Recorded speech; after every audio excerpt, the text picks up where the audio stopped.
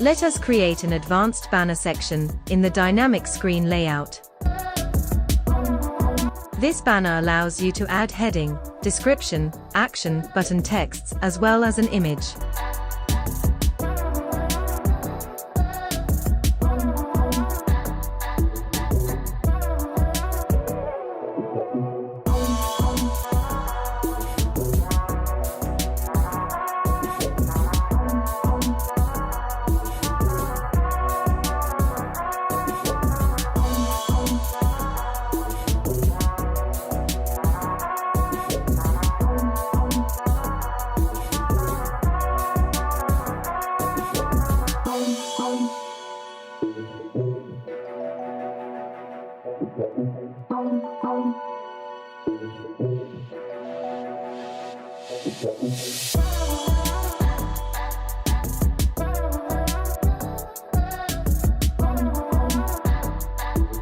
You can also change the background of the whole section to give it a more defined look.